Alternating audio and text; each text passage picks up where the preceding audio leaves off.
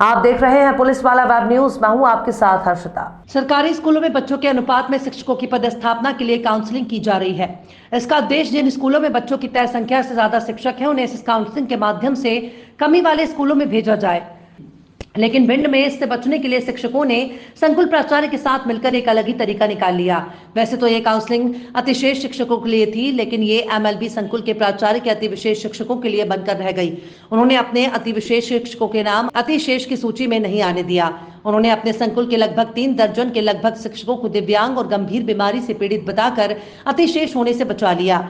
गौरतलब है कि भिंड जिले के एमएलबी संकुल पर स्नेहलता भदौरिया प्रभारी प्राचार्य हैं। स्कूल में उनसे भी वरिष्ठ शिक्षक हैं, लेकिन अपने रसूख के दम पर वो लंबे समय से प्रभारी प्राचार्य हैं।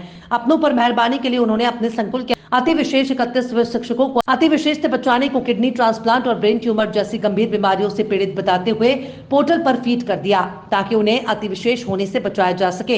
इसमें हैरानी की बात तो यह है कि इनमें से कुछ शिक्षक तो दिव्यांग हैं, उन्हें गंभीर बीमारी से पीड़ित भी बता दिया। वहीं कुछ शिक्षक दिव्यांग भी नहीं है और ना उन्हें कोई बीमारी है, उन्हें भी किडनी ट्रांसप्लांट, ब्रेन ट्यूमर और ओपन हार्ट सर्जरी जैसी गंभीर बीमारी की श्रेणी में रखकर पोर्टल पर दर्ज कर दिया, ताकि वो अति विशेष से बाहर आ सके और उनका ट्रांसफर भी ना हो सके और चुनावी ड्यूटी से बच सके। इसमें एक बात मजे की और भी है कि जो शिक्षक गंभीर बीमारी की श्रेणी में पोर्टल पर दर्ज किए गए हैं, उन्होंने अपने इलाज के कोई भी डॉक्यूमेंट संकुल पर जमा नहीं कराए हैं, फिर भी उन्हें दिव्यांग और गंभीर बीमारी से पीड़ित बताकर अपनी आईडी से पोर्टल पर दर्ज कर दिया गया, जिससे वो अति विशेष होने से बच गए। और जब ये मामला खुला तो संकुल प्रभारी इसको पोर्टल की त्रुटि बताने लगे। जब एक ही संकुल पर एक ही तरह के मामले सामने आए हैं तो सवाल उठना स्वाभाविक है।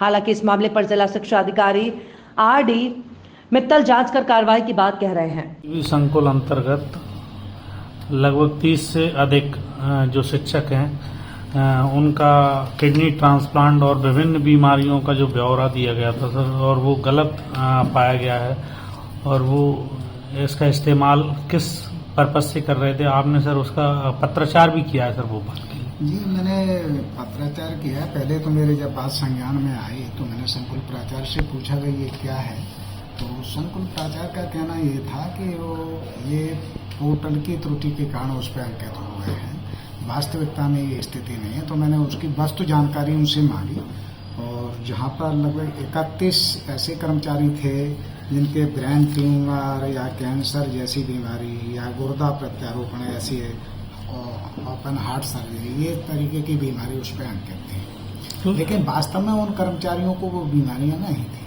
तो इस तरीके की जानकारी को फिर मैंने संकुल प्राचार्य से पोर्टल के आधार पर जो भी संकुल प्राचार्य ने पाया वो दिया और मैंने उस चूंकि अब यहाँ से वो हटाया जाना संभव नहीं था, उसको मैं आयुक्त महोदय को अपने पत्र के द्वारा पूरी सूची बना करके उसको डिलीट कराने के लिए, हटाने के लिए। सर ये विकलांगता की जो श्रेणी में जो ये लिखे गए थे और फिर इनको सर इसका भत्ता वगैरह भी मिलता था या फिर किस कारण लिखे गए थे ये?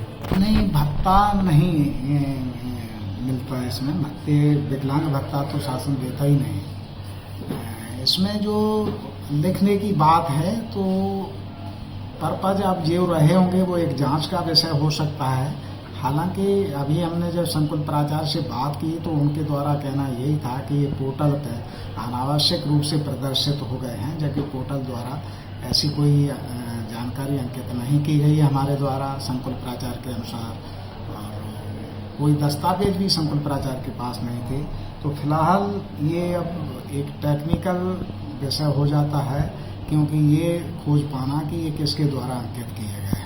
नहीं सर, ये प्रकरण किसके द्वारा, ये जानकारी जो थी शिक्षकों की वो किसके द्वारा फीड की गई और ये गलत तरीके से जो फीड की गई है जानकारी उसका क्या उद्देश्य रहा? तो सर इसकी कोई जांच करा रहे हैं क्या आप? बिल्कुल, जांच तो कराना वाजिब है, कराना भी पड़ेगी, क्योंकि इस तरीके की बीमारियां और इतने सारे एक ही संकुल पर लोगों को देखना ये अप्रत्याशित दिखता है, तो इसकी जांच भी कराएंगे।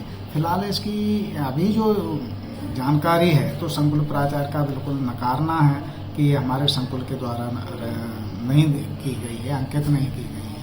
तो इसको जांच इसलिए भी करानी है कि अगर संकुल के द्वारा नहीं की गई तो कैसे हो जाती है और कैसे हुई है, तो इस पर फिर अगर जो भी दोषी होगा तो उसके खिलाफ कार्रवाई